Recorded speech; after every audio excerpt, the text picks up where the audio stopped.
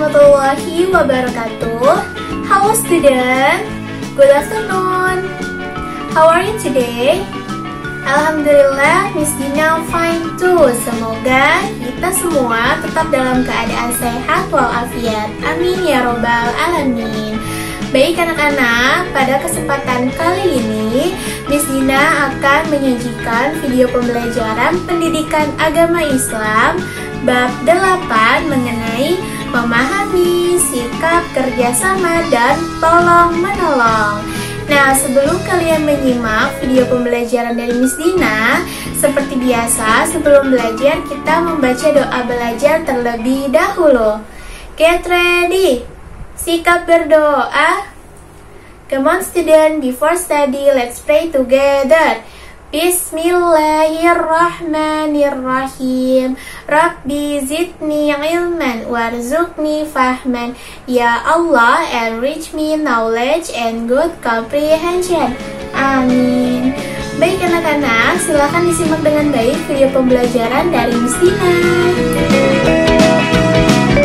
Baik anak-anak, sekarang pertama kita akan membahas mengenai memahami sikap kerjasama dan tolong-menolong. Lalu yang kedua, nanti Miss Dina akan menjelaskan mengenai mencontohkan sikap kerjasama dan tolong-menolong di lingkungan rumah, di lingkungan sekolah, dan juga di lingkungan masyarakat. Tolong disimak dengan baik. Nah, sekarang untuk pengertian dari tolong-menolong itu sendiri memiliki arti adalah membantu meringankan beban seseorang, atau tolong-menolong juga bisa diartikan sebagai bekerja sama. Nah, kita sebagai manusia, kita adalah makhluk sosial, kita tidak bisa hidup sendiri. Kita harus hidup dengan bantuan orang lain. Kalian hidup sudah pasti tidak sendiri. Kalian dibantu oleh kedua orang tua kalian. Orang tua kalian yang menyekolahkan kalian. Kalian nggak mungkin mencari uang sendiri untuk menyekolahkan diri kalian sendiri. Nah, jadi ketika seseorang itu sudah saling membantu, maka pahala akan terus mengalir ke orang tersebut.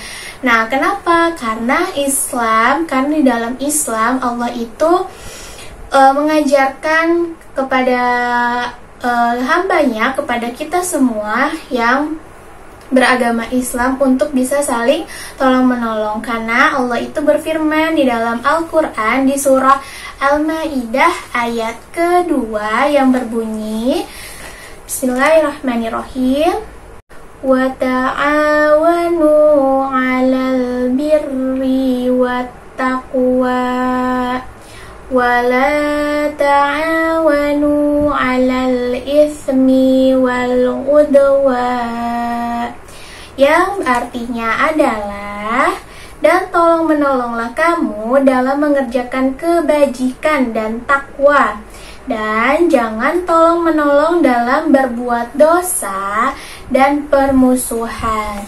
Jadi anak-anak, tolong menolong itu sangat dianjurkan di dalam Islam, tetapi dengan satu syarat, tolong menolongnya itu harus di dalam kondisi atau di dalam jalan kebaikan. Contohnya, kalau misalnya kita tolong menolong atau bekerja sama di dalam hal keburukan atau di jalan yang buruk. Misalnya kalian membantu teman kalian untuk mencontek.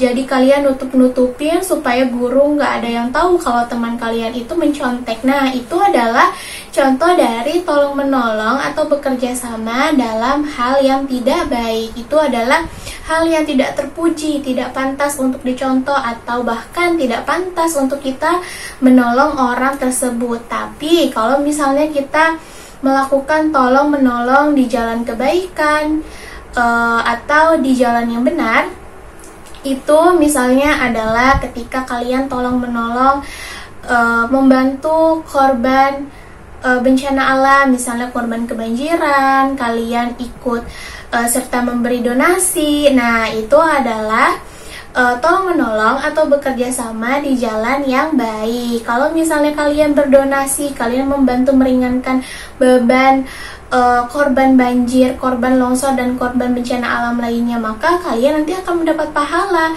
Lain halnya kalau misalnya kalian itu membantu teman kalian atau membantu siapapun dalam hal yang tidak baik, dalam hal yang tidak disenangi sama Allah, maka dapatnya bukan pahala, tapi apa? Dosa. Nah, jadi di dalam Islam itu sangat sekali menganjurkan kita semua untuk tolong menolong. Tapi ingat, tolong menolongnya itu harus di jalan kebaikan. Nah, sekarang selain dari itu, tolong menolong juga memiliki manfaat. Nah, kita harus tahu nih, tolong menolong itu bukan hanya sekedar kita menolong orang supaya orang itu tidak terlalu berat menanggung atau melaksanakan suatu tugas. Tapi tolong menolong juga memiliki manfaatnya loh. Yang pertama itu adalah meringankan beban orang lain. Nah, sudah pasti ya, karena pengertian dari tolong menolong tadi itu adalah meringankan beban orang lain. Contohnya misalnya, kalian melihat ada seorang nenek yang bawa belanjaan berat. Nah, kalian membantu nenek itu, berarti kalian sudah meringankan beban bawaan yang dibawa sama nenek itu. Lalu yang kedua, manfaat yang kedua ada menunjukkan kebersamaan. Manfaat yang ketiga, mempererat tali persaudaraan. Anak-anak, secara tidak langsung kalau kalian itu menolong teman kalian, menolong saudara kalian, manfaatnya itu adalah tali persaudaraan kalian itu akan semakin erat. Maksudnya, orang yang sudah kalian bantu itu nanti akan menilai kalian, wah dia ternyata baik ya, dia sering menolong aku, dia suka menolong aku. Nanti semakin lama dia akan semakin dekat sama kita, maka semakin erat juga tali persaudaraan antara kalian dan orang yang kalian tolong. Lalu manfaat selanjutnya, memperbanyak teman. Orang yang senang dengan tolong menolong itu akan memiliki banyak teman. Karena kenapa? Ketika kita menolong orang, maka orang-orang yang lain itu melihat kalau kita itu adalah orang yang baik, orang yang senang dengan tolong menolong. Maka orang-orang itu nggak akan sungkan untuk berteman sama kita. Orang-orang itu pasti akan baik juga sama kita. Karena kita baik sama orang lain, maka nanti kita juga akan menerima teman yang baik untuk kita. Ini yang paling utama dan yang paling penting ya, mendapat pahala dari Allah Subhanahu wa Ta'ala. Siapa sih yang tidak mau pahala? Di sini rasa nggak ada yang mau pahala, semuanya pasti mau pahala. Jadi tanpa harus ribet-ribet, kita harus melakukan hal-hal yang mungkin dianggap sulit untuk mendapat pahala. Dengan cara kita tolong menolong saja, kita sudah mendapatkan pahala. Tapi ingat, tolong menolongnya harus dengan ikhlas. Kalau tolong menolongnya itu dengan pamrih atau meminta imbalan, meminta bayaran setelah dimintai tolong, itu namanya tidak ikhlas. Nanti tidak dicatat pahala sama Allah. Selanjutnya yang terakhir, orang yang suka menolong akan mudah juga mendapatkan pertolongan. Jadi ketika kita itu memudahkan suatu urusan orang lain, maka Allah juga nanti akan memudahkan urusan kita. Begitu juga sama antara manusia dan manusia. Ketika kita sering menolong manusia, ketika kita sering menolong seseorang, maka nanti ketika kita kesulitan, pasti akan ada orang-orang baik yang akan menolong kita karena kita sering menolong orang lain. Nah, sekarang kita akan membahas mengenai contoh perilaku tolong menolong dan kerjasama. Yang pertama, tolong menolong dalam lingkungan keluarga. Itu ada membantu ibu menyelesaikan pekerjaan rumah. Kalian misalnya suka menyapu, ngepel, atau mungkin cuci piring kalian habis pakai makan. Nah, itu salah satu cara untuk kalian bisa meringankan beban orang tua kalian. Selanjutnya, membantu ayah, baik diminta ataupun tidak diminta. Nah, alangkah lebih baiknya kalau sama kedua orang tua kita atau sama orang tua lainnya, kita itu tidak perlu tunggu dimintai tolong dulu, tapi kita yang menawarkan pertolongan misalnya, atau menawarkan bantuan. Misalnya Mama, ada yang bisa aku bantu nggak? Atau ayah, ada yang bisa aku bantu? Ayah, aku harus ngapain nih supaya aku bisa bantuin ayah? Kayak gitu ya. Lalu selanjutnya, mengajari adik belajar dan mengerjakan PR dan pelajaran sekolah. Kalau yang tidak punya adik berarti kalian bisa membantu kakak kalian. Membantu kakak kalau belajar itu gimana sih, Miss? Kan sudah pasti lebih pintar kakak dibanding aku itu. Dengan cara kalian tidak mengganggu kakak sedang belajar, atau ketika kakak sedang ada ulangan, kakak sedang fokus untuk belajar, kalian tidak perlu berisik, kalian tidak boleh ganggu. Nah, itu adalah salah satu contoh kerjasama antara kalian sama kakak kalian kalau yang di rumahnya tidak punya adik. Nah, itu untuk di lingkungan rumah. Lalu selanjutnya di lingkungan sekolah, tolong menolong di lingkungan sekolah. Yang pertama itu ada berbagi makanan dan minuman. Selanjutnya, mengajari teman ketika teman tidak mengerti suatu pelajaran. Nah, itu adalah tolong menolong juga. Misalnya, kalian itu lebih tahu materi tentang perkalian, tapi teman kalian tidak mengerti, belum terlalu paham.